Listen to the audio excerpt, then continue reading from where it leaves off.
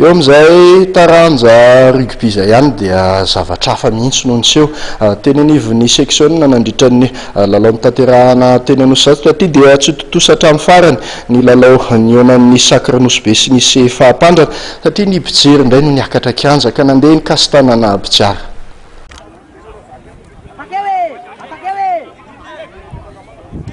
Ny rava tsy lera izay ny azo ilazana azy ny lalao an'ny Koza 3 avy etsy Ampandrana manao akanjo manga sy ny Sacre Nosbe izay manao akanjo manga tanora. Ny mpijery tety ivelan'ny kianja indray teto no niditra teny ambony kianja ary nikasy tanana ny mpitsara. Noho izany dia noravan'ny mpitsara avy hatrany ity fihaonana ity. Mbola nisaraka atsala samy tsy nisy ny tokony rotota tao anatin'izay fotoana nilalaovana izay.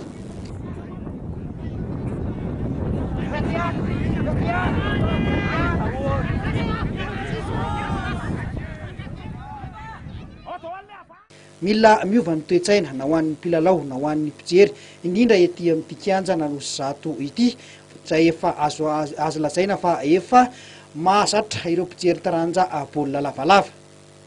Tamin'ny ankapobeny raha ny lalao nasehon'ny rotota dia hita ho nanatombo ny Koza 3 avy etsy Ampandrana tamin'ity fihaonana ity raha somary niary tena fotsiny ry zareo avy eny amin'ny Sacre Nosbe. Toy izao ireo vokatra hafa nandritra ity andro faha-efatra amin'ny fiadina ny tompon-daka ny section Antananarivo renivohitra ity. Ny FBM Bemasoandro nandresy ny SCM Mandilaza tamin'isa 9 ny Matadoria nandresy ny CFA tamin'isa 2.9. Ny FTA Nosbe nandresy ny RCAM tamin'isa 4.9 ary ny FTAT Nosbe nandresy ny Afa Akazimanga tamin'isa 7.9.